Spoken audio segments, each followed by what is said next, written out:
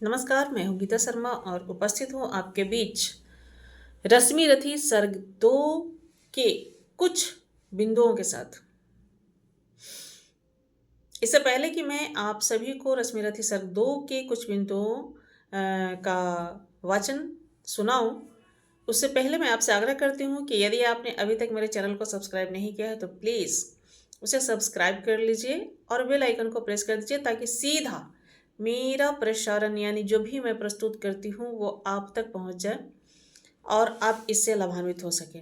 रश्मि रथी एक ऐसा सर्ग, एक ऐसी व्याख्यान, एक ऐसा खूबसूरत चित्रण जो रामधारी से दिनकर जी ने किया है, उससे हम बहुत कुछ सीख सकते हैं। तो चलिए चलते हैं अपने लक्ष्य की ओर। वंस अगेन, यदि आपने सब्सक्राइब नहीं किया तो प्लीज़ सब्सक्राइब कर लीजिए और बेल आइकन को प्रेस कर लीजिए ताकि सीधा सब कुछ आपके पास पहुंच जाए। Okay, thank you very much. हाय कर्ण तू क्यों जन्मा था, जन्मा तो क्यों वीर हुआ, कवच और कुंडल भूषित भी तेरा अधम शरीर हुआ। धैंस जाए वह देश अतल में गुण की जहां नहीं पहचान, जाति गोत्र के बल से ही आदर पाते जहां सुजान। नहीं पूछता है कोई तुम व्रती वीर या दानी हो, सभी पूछते मात्र यही तुम किस कुल के अभिमानी हो। मगर मनुष्य क्या करे, जन्म लेना तो उसके हाथ नहीं, चुनना जाति और कुल अपने बस की तो यह बात नहीं। मैं कहता हूं अगर विधाता नर की मुट्ठी में भरकर, अगर विधाता नर की मुट्ठी में भरकर कहीं छीट दे ब्रह्मलोक में नीचे भू मंडल पर, तो भी विविध जातियों में ही मनुष्य यहाँ आ सकता है। नीचे है क्यारियां बनी तो बीज कहाँ जा सकता है।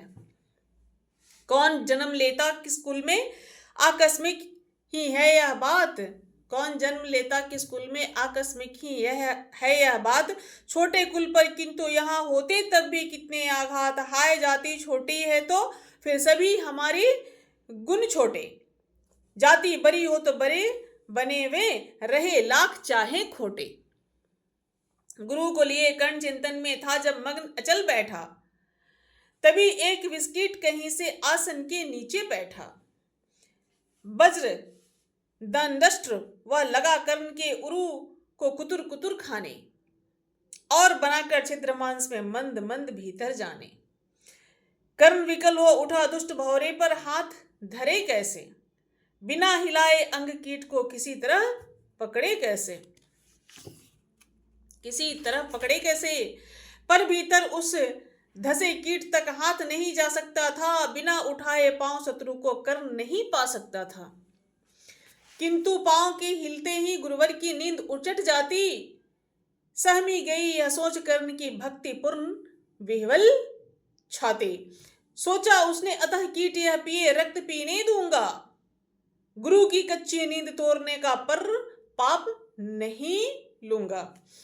बैठा रहा अचल आसन से कर्ण बहुत मन को मारे, आह निकले बिना सिलासी सहनशील को धारे। किंतु लहू की गर्म धारा जो सहसा आने लगी तन से, परशुराम जग परे रक्त को देख हुए विस्मित मन में। कर्ण झपट कर उठा इंगितों में गुरु से आज्ञा लेकर, बाहर किया कीट को उसने छत में उससे उंगली देकर। परशुराम बोले शिव शिव तूने यह मूर्खता बरी, सहता रहा अचल जाने कब से ऐसी वेदना करी। तनिक लजाकर कहा कर्ण ने, नहीं अधिक पीरा मुझको, महाराज क्या कर सकता है यह छोटा कीड़ा मुझको। मैंने सोचा हिला डुला तो वृथा आप जग जाएंगे, क्षण भर को विश्राम मिला जो नाहक उसे गवाएंगे। निश्चल बैठा रहा सोच यह कीट स्वयं उड़ जाएगा, छोटा सा यह जीव मुझे कितनी पीड़ा दे पाएगा। पर यह तो भीतर धंसता ही गया, मुझे हैरान किया। लज्जित हूं इसलिए कि सब कुछ स्वयं अपने आपने देख लिया। परशुराम गंभीर हो गए, सोच न जाने क्या मन में, फिर सहसा क्रोधाग्नि भयानक भभक उठी उनके तन में। दांत पीस आंखें तरेर कर बोले, कौन छली है तू, ब्राह्मण है या और किसी अभी जन का पुत्र बलि है तू। सहनशीलता को अपनाकर ब्राह्मण कभी न जीता है, किसी लक्ष्य के लिए नहीं अपमान हलाल पीता है। सह सकता जो कठिन वेदना, पी सकता अपमान वही, बुद्धि चलाती जिसे तेज का, कर सकता बलिदान वही। तेज पुंज ब्राह्मण तिल तिल कर जले, नहीं यह हो सकता। किसी दशा में भी स्वभाव अपना यह कैसे खो सकता। कसक भोगता हुआ विप्र निश्चल कैसे रह सकता है, इस प्रकार की चुभन वेदना क्षत्रिय ही सह सकता है। तू अवश्य क्षत्रिय है, पापी बता ना तो फल पाएगा, परशुराम के कठिन शाप से अभी भस्म हो जाएगा। मुख विवर्ण हो गया, अंग कांपने लगे भय से थर थर। सूत पुत्र मैं शूद्र कर्ण हूं, करुणा का अभिलाषी हूं। छली नहीं मैं हाय, किंतु छल का ही तो यह काम हुआ। आया था विद्या संचय को, किंतु व्यर्थ बदनाम हुआ। बड़ा लोभ था बनु शिष्य में, कार्तवीर के जेता का। तपोदीप्त सूरमा विश्व के नूतन धर्म प्रेरणा का। पर शंका थी मुझे सत्य का, अगर पता पा जाएंगे महाराज, मुझे सूत पुत्र को कुछ भी नहीं सिखलाएंगे। बता सका मैं नहीं इसी से प्रभु जाति अपनी छोटी, करे देव विश्वास भावना और न थी कोई खोटी, और न थी कोई खोटी। पर इतने से भी लज्जा में हाय गरासा जाता हूं, मारे बिना हृदय में अपने आप मरासा जाता हूं। छल से पाना मान जागृति में, किलविस है मल ही तो है। ऊंचा बना आपके आगे सचमुच यह छल ही तो है। पाता था सम्मान आज तक दानी व्रती बलि होकर, अब जाऊंगा कहां स्वयं गुरु के सामने छली होकर। करे भस्म ही मुझे देव सम्मुख, है मस्तक नत मेरा। एक कसक रह गई नहीं पूरा जीवन का व्रत मेरा। गुरु की कृपा साप से जलकर अभी भस्म हो जाऊंगा, पर मां दांध अर्जुन का मस्तक देख कहां मैं पाऊंगा। यह तृष्णा यह विजय कामना मुझे छोड़ क्या पाएगी। प्रभु अतृप्त वासना मरे पर भी मुझको भरमाएगी। दुर्योधन की हार देवता कैसे सहन करूंगा मैं, अभय देख अर्जुन को मरकर भी तो रोज मरूंगा मैं।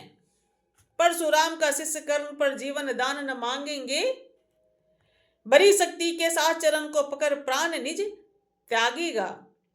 प्रस्तुत हूं दे साप किंतु अंतिम सुख तो यह पाने दे, इसी पाद पद्मों के ऊपर मुझको प्राण गंवाने दे।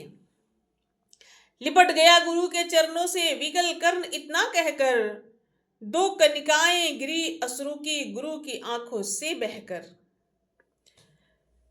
बोले हाय कर्ण तू प्रतिभट, अर्जुन का नामी है। निश्चल सखा धृत राष्ट्रों का विश्व विजय का कामी है। अब समझा किस लिए रात दिन तू वैसा श्रम करता था, मेरे शब्द शब्द को मन में क्यों सीपी सा धरता था। देखे अगणित शिष्य द्रोण को भी कर्तव्य कुछ सिखलाएगा, पर तुझसा जिज्ञासु आज तक कभी नहीं मैंने पाया। तूने जीत लिया था मुझको निज पवित्रता के बल से, क्या था पता लूटने आया है कोई मुझको छल से। किसी और पर नहीं किया वैसा स्नेह मैं करता था, सोने पर भी धनुर्वेद का ज्ञान कान में भरता था। नहीं किया कर्ण नहीं किया कार्पण्य, दिया जो कुछ था मेरे पास रत्न, तुझ में निज जो सौंपा शांत हो, अभी अभी प्रमुदित था मन। पापी बोल अभी भी मुख से तू ना, सूत रथ चालक है परशुराम का शिष्य विक्रमी, विप्र वंश का बालक है। सूत वंश में मिला सूरिसा कैसा तेज प्रबल तुझको, किसने लाकर दिया कहां से कवच और कुंडल तुझको। सूत सा रखा जिसे उसको कैसे कठोर हो मारूं मैं, जलते हुए क्रोध की ज्वाला, लेकिन कहाँ उतारूं मैं।